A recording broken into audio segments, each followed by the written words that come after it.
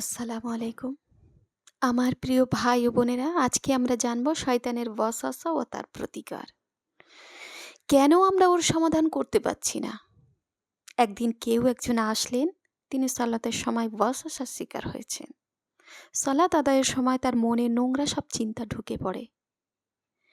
এখন আমি কি করব? আমার ইবাদত কি কবুল হয়নি? তিনি বলতেই থাকলেন। কিছু সময় পর তাকে জিজ্ঞাসা করা হয়, ভাই সব ঠিক আছে? আপনি কি ওয়াসওয়াসা খুঁজে পেয়েছেন? তো তিনি বললেন, আমি একটা সমাধান খুঁজে পেয়েছি ভাই। কিভাবে? বললেন, সালাত ছেড়ে দিয়ে। আমার জীবনে আর কোনো ওয়াসওয়াসা নেই। দেখো, অবশ্যই আমরা এমন ধরনের সমাধানের কথা কিন্তু বলবো না, তাই না? ওয়াসওয়াসা দেওয়ার সময় শয়তানের ঠিক এই উদ্দেশ্যটাই কিন্তু ছিল, আপনি যেন নামাজ পড়া ছেড়ে দেন। তো প্রথম ধরনের ওয়াসওয়াসা দিয়ে শুরু করি। ইবাদতের সময় যে ওয়াসওয়াসা দেয়া হয়ে থাকে, সালাত বা অজু উদাহরণস্বরূপ সূরা ফাতিহা পড়েছি নাকি পড়িনি, দ্বিতীয় সূরাটি পড়া হয়েছে নাকি সেটাও পড়া হয়নি, এগুলো শয়তানের পুরনো অস্ত্র, একটু ভেবে দেখবেন। আবার কখনো কখনো ভাবি, আমি তৃতীয় রাকাতে আছি নাকি চতুর্থ রাকাতে আছি। সবারই এমন চিন্তা আসে, তাই না? এতেই কি প্রমাণ হয় না যে আমাদের একজন চেনা শত্রু শয়তান আমাদের মস্তিষ্ক নিয়ে খেলা করছে? তো আমরা কি সচেতন হতে পারি না? শয়তান নামক এক সত্তার অস্তিত্ব রয়েছে। শয়তান ক্রমাগত আমাদের সঙ্গে খেলছে। তাহলে এখন সমাধানটা কি? এর সমাধান একেবারে পরিষ্কার। প্রথমত আপনাকে এটা বুঝতে হবে, শয়তান আপনার সাথে আপনার কথাগুলো বলছে। আর দ্বিতীয়টি হলো, আমাদের ফিকহ নিয়ে অনেক কিছু জানতে হবে। আপনি যত বেশি জানবেন, ততই ওয়াসওয়াসা পরাজিত হবেন। তো আমি আপনাকে একটা উদাহরণ দিচ্ছি। আপনি ইবাদত করুন। তখন মনে করছেন, আমি কোন রাকাতে আছি? প্রথম রাকাতে না দ্বিতীয় রাকাতে? আপনি নিজে চিন্তা করলেন। আমি কিন্তু ইসলামী চিন্তাবিদদের কিছু মতামত তুলে ধরছি, যারা ফিকহ শাস্ত্রের বিশেষজ্ঞ। ফিকহ শাস্ত্রের বিশেষজ্ঞরা বলেন, এমন অভিজ্ঞতা যদি আপনার ১ থেকে ২ বার হয়ে থাকে যে আমি তৃতীয় না চতুর্থ রাকাতে, এটা যদি বারবার হতে থাকে, নামাজ পুনরায় পড়তে হবে। যদি এমনটা প্রায় সময় হয় আপনার সাথে, আপনি নিজে নিজে সেটা খেয়াল রাখবেন। কোন সম্ভাবনার ব্যাপারে আপনি সবচেয়ে বেশি নিশ্চিত? ৩ রাকাত আদায় নাকি ৪ রাকাত? যেই সম্ভাবনার পাল্লা সবচেয়ে বেশি ভারী বলে মনে হবে, সেই অনুসারে আপনি এগিয়ে যাবেন।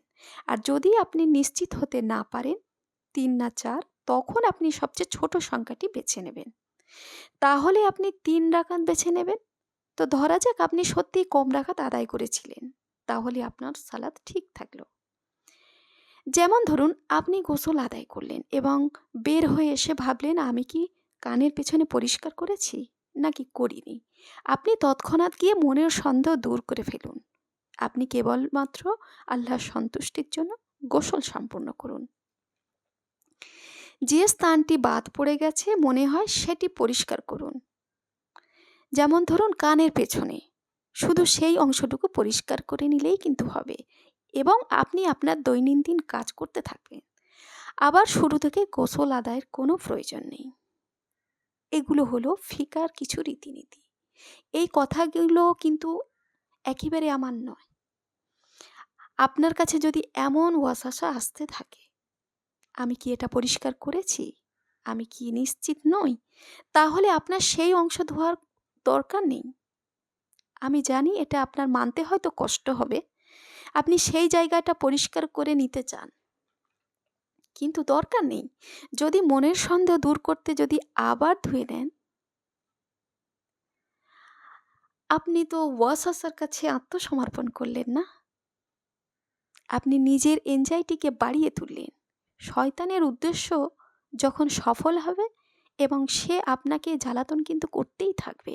কারণ এটা তো তার কাজে দিচ্ছে না। তাহলে বুঝলাম এটা একেবারে ধোয়া উচিত নয়। ধরুন, আপনি ছোট্ট একটি জায়গা বাদ দিয়েছেন এবং সেটা আবার ধুয়ে নেননি। এতে আপনার গোসল আদায় হবে। আপনার উদ্দেশ্যটা কি ধরুন? আপনার উদ্দেশ্যটা কি? ধরুন যখন ধুতে ভুলে গেছেন, তখন আপনার কি কোনো খারাপ উদ্দেশ্য ছিল? তাহলে কোনো সমস্যা নেই। তাই আপনাকে ফিকা জানা উচিত। ওয়াসওয়াসা এমন একটা জিনিস যেটা যা কিনা জ্ঞান এবং তথ্যের সামনে টিকে থাকতে পারে না। অজ্ঞতা ওয়াসওয়াসাকে ডেকে আনে। তো এখন থেকে আপনি ৩য় রাকাতে আছেন কি ৪র্থ রাকাতে আছেন, এই নিয়ে আপনার আর কোনো সমস্যা হবে না নিশ্চয়ই। কারণ আপনি ব্যাপারটা জেনে গেছেন ইনশাআল্লাহ।